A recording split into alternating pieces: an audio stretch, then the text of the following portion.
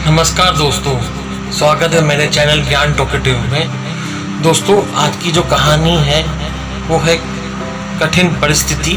आज की कहानी सुनकर आपको शायद रोना भी आ जाए, पर ये कहानी सुनाना ज़रूरी है कि ये कहानी के माध्यम से आपको ऐसे लोगों की प्रॉब्लम्स, दिक्कतें पता चलेगी जिन्हें बचपन से ही कठिनाइयों का सामना करना पड़ा।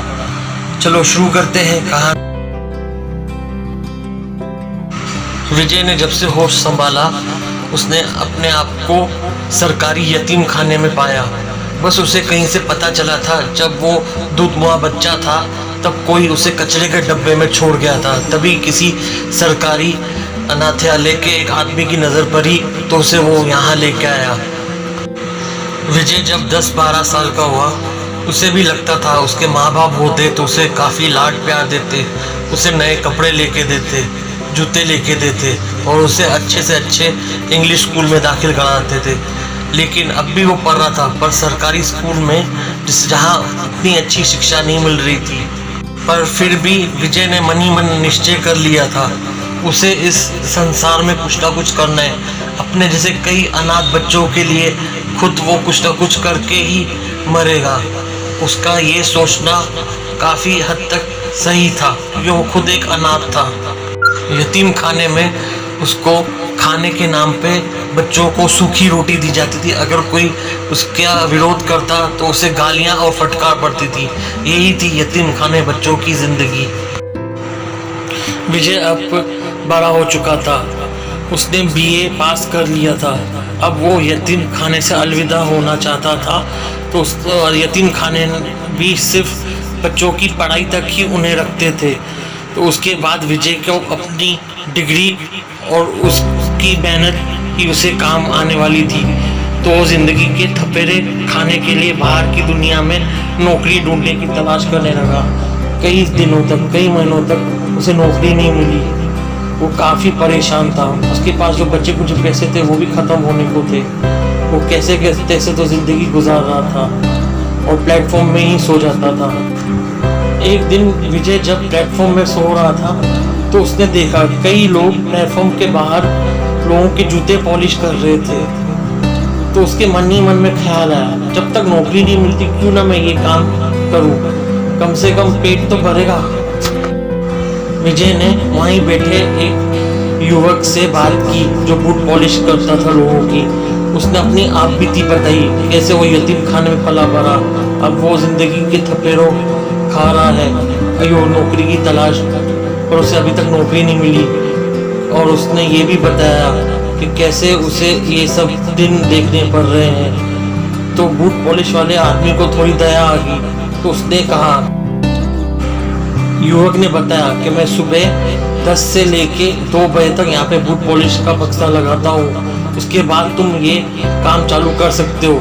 पर उसने एक शर्त रखी विजय के आगे, तुम जो भी कमाओ उसका 50% तुम्हें मुझे देना होगा। तो विजय ने सोचा कि ना से तो कुछ काम करना ज़रूरी है, कम से कम कुछ तो मिलेगा। तो विजय मान गया।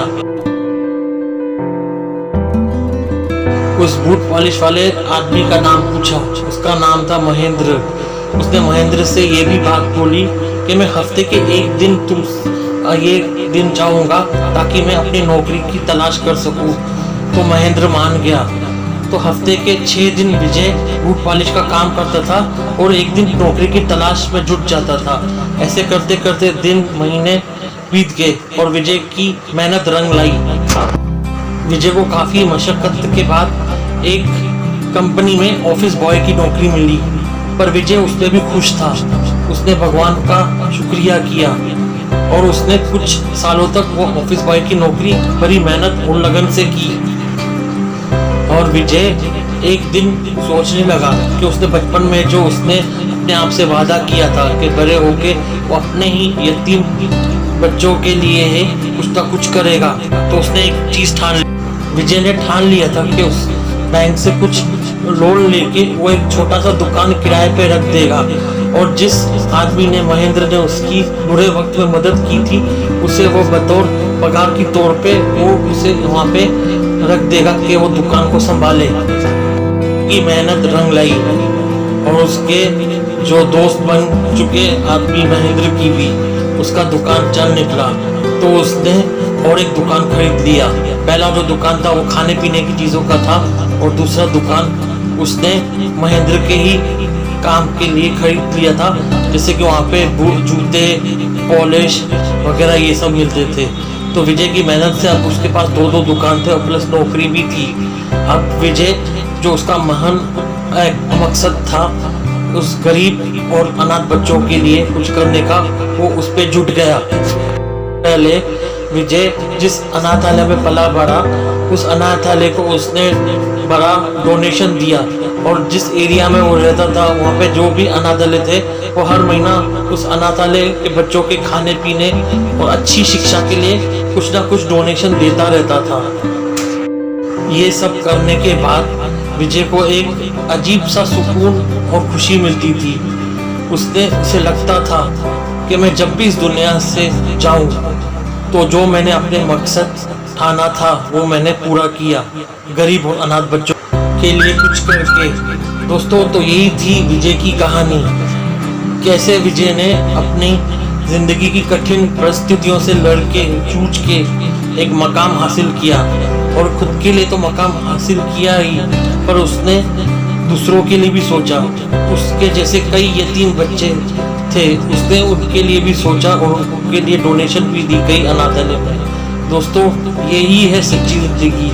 दोस्तों, हम काफ़ी भाग्यशाली है कि हमें माँ बाप है, पर ऐसे कई बच्चे हैं जो इन परिस्थितियों से गुजरते हैं, और कई तो यतीम खाने का भी उन्हें दरवाज़ा नहीं मिलता। कई ऐसे ही रास्ते में या कचरे के डब्बे में कई माँ बाप उन्हें छोड़ देते, वो वहाँ पे ही दूध कुआं बच्चे मर जाते हैं। दोस्तों, वो कहावत है ना कि ज़िंदगी हमें वो नहीं दिखाती जो हम चाहते हैं। हम चाहते हैं कि हमें लाइफ में सब कुछ मिले, काफ़ी शान शौकत मिले, काफ़ी धन दौलत मिले, और कभी कभी कठिन परिस्थितियों की वजह से हमें वो जल्द से जल्द प्राप्त ना करता, हमें उनके लिए परिश्रम करनी ही पड़ती है। दोस्तों, मेरी आज की कहानी कठिन परिस्थिति आपको कैसे लगी कमेंट बॉक्स में ज़रूर मेंशन करना।